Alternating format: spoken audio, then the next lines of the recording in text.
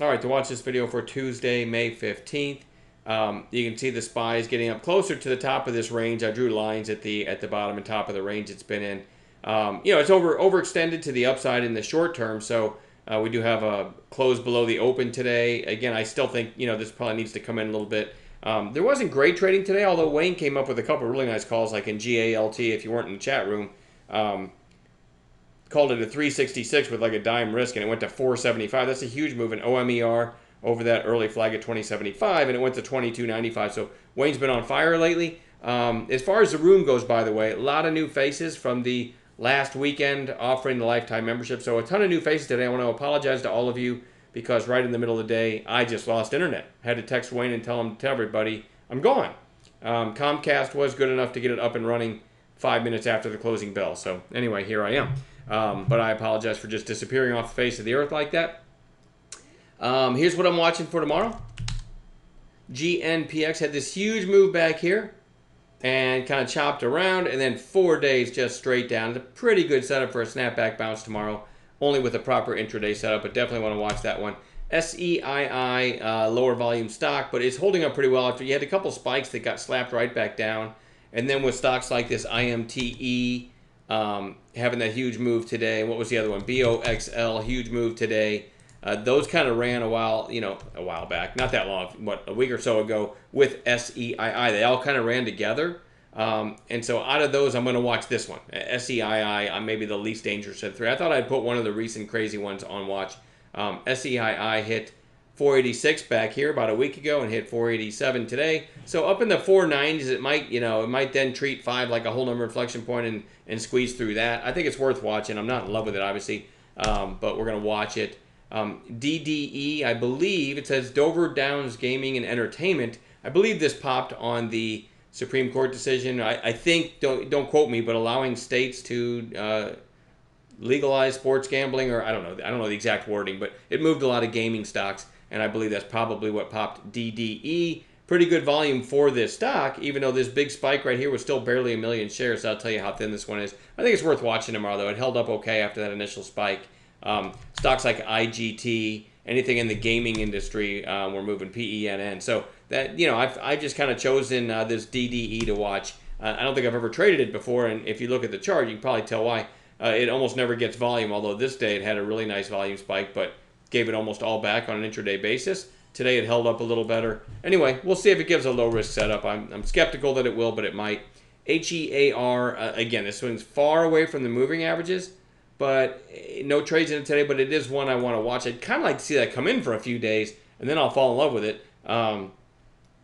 But as far as it is from the moving averages, I said this weekend I'm going to watch this all week, so it's on the watch list, but I'm not that interested in it tomorrow, but you never know. You never know. Maybe we get a great setup. Sears Holdings, I told you I liked over this 360 area that was a high back here. Kind of retested it on Friday, and then it gapped up on news. It actually ran in pre-market and gapped up, giving me no setup today, but still kind of holding up above recent highs, so I want to watch it tomorrow. RNN, it just goes back on watch. It had this spike here, had a lower high, couple lower days again. So it's really just flagging. Keeping it on my radar is all I'm doing there. TYME, big volume spike for this stock that was still only 637,000 shares, but came right up and touched $3 today. So 3 might be a nice inflection point trade tomorrow, depending on what it does, but certainly worth watching. And decent support below. You've got a lot of trading in this area below, and even a tighter range from the past few weeks. So kind of trying to break out. I like it over 3, but again, we want to wait and see how it trades, what it looks like on level 2 and all that. GALT, this is the one that Wayne called today at 366 and went to 475, risking a dime. Great call by Wayne.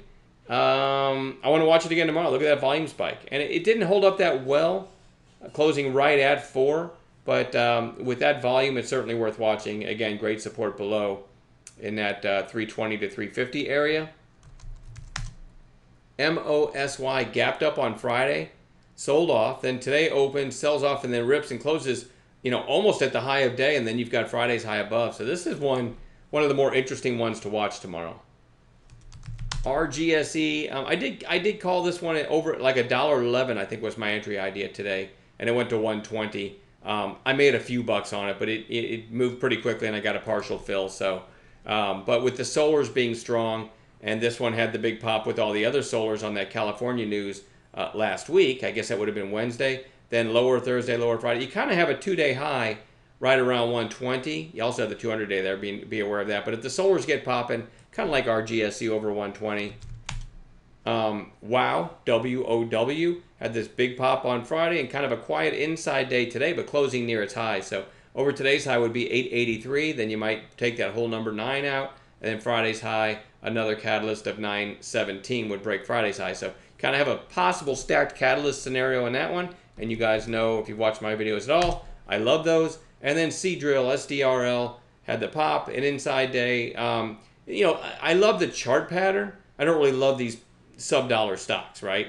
It's hard to figure out how many shares to buy such that you're trying to take some off the table for a penny, right? So it's really difficult for me. And you don't want to take them too big because you want to make sure they're liquid enough to get in and out. So it depends on how this thing trades. But like today, it broke that 32 and went to 32.23 cents. You know, it's hard to trade stuff like that. But if you see volume coming in, you know, you've got this lower high here. When I say lower high, I mean you've had a high back here, lower high, and then another lower high. So this certainly looks good, like over 34 cents. Like it might come up and retest this.